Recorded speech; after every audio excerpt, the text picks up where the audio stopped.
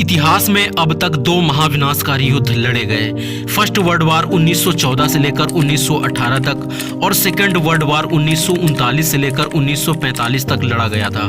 First world war में करीब 27 देश शामिल हुए थे और यह युद्ध दो गुटों के बीच में था। पहला गुट जो मित्र राष्ट्र के नाम से जाना जाता है, इसमें फ्रांस, ग्रेट ब्रिटेन, रूस, इटली, जापान और 1917 से संयुक्त राज्य अमेरिका शामिल था। मित्र राष्ट्रों को अलाइड पावर के नाम से भी जाना जाता है। और दूसरा गुट केंद्रीय शक्तियां, जिसमें जर्मनी, ऑस्ट्रेलिया और हंगरी, तुर्की शामिल थे।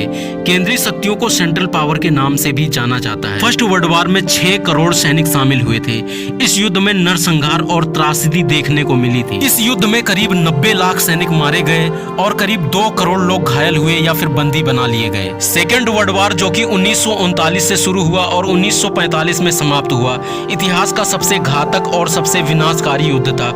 इस युद्ध से पहले पूरी दुनिया में महामंदी चल रही थी। 24 अप्रैल 1945 को सेकेंड वर्ल्ड वार समाप्त होने के बाद अमेरिका के सैन फ्रांसिस्को में अंतरराष्ट्रीय संस्थाओं का संयुक्त राष्ट्र सम्मेलन हुआ और वहां सारे 40 उपस्थित देशों ने संयुक्त राष्ट्र संविधा पर हस्ताक्षर किए, जिसका उद्देश्य ये था कि आने वाले भविष्य में ऐसे युद्ध न हो या फिर उन्हें टाला जा सके। लेकिन आज के वक्त में बहुत सारे ऐसे कारण बन रहे हैं जिनसे वर्ल्ड वार 3 की आहट सुनाई देने लगी है। अगर अभी दुनिया में हुई हाल की घटनाओं पर नजर डालें तो साफ नजर आता है कि एक बार दुनिया फिर से महाविनाश की तरफ बढ़ चुकी है। जिस तरह से आज पूरी दुनिया में कई देश आपस में लड़ रहे हैं, उससे वर्ल्ड वार 3 होने की संभावना और ज्यादा बढ़ जाती है। आज की इस वीडियो में हम जानेंगे कि आज कौन से ऐसे कारण हैं जो प्रमुख रूप से वर्ल्ड वार 3 होने के लिए जिम्मेदार होंगे और इसका पूरी दुनिया में क्या असर पड़ने वाला है। रूस और यूक्रेन के बीच फरवरी 2022 में जंग शुरू हुई थी, जो अभी भी खत्म होती नजर नहीं आ रही।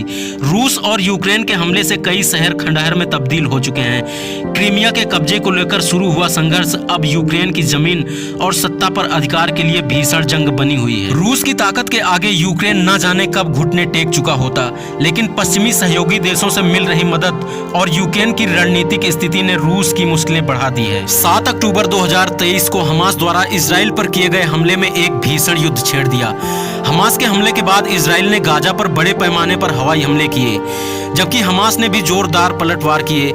इजराइल और फिलिस्तीन के इस युद्ध में गाजा की जनता भयंकर मानवीय संकट में फंस गई है और लाखों लोगों का जीवन पूरी तरह से तबाह हो गया और ये तबाही आज तक अभी भी जारी है। आज हालात ये हैं कि दोनों पक्षों में शुरू हुए इस युद्ध ने मिडिल ईस्ट की शांति को भी भयंकर जंग का मैदान बना दिया है। चीन और ताइवान के बीच तनाव लगातार बना हुआ है। बीते 1 साल में कई बार ऐसे हालात बने कि जिनसे लगा कि अब युद्ध को टाला नहीं जा सकता।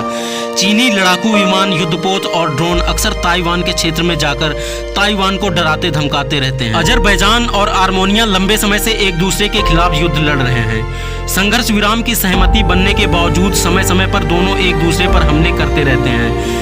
पिछले महीने जो हालात बने, उनसे एक और जंग होने का खतरा पैदा हो गया।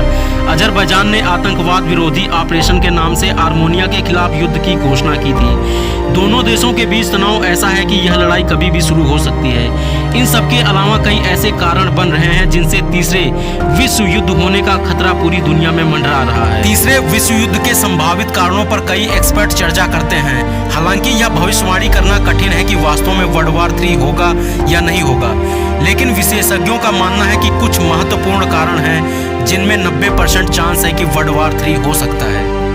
नंबर 1, संसाधनों की कमी। दुनिया में प्राकृतिक संसाधनों जैसे कि पानी, तेल और अन्य दुर्लभ धातुओं की कमी से देशों के बीच संघर्ष हो सकता है। कई देशों में इन संसाधनों की सीमित उपलब्धता और बढ़ती मांग से संघर्ष का खतरा बढ़ सकता है। नंबर 2, क्षेत्रीय विवाद।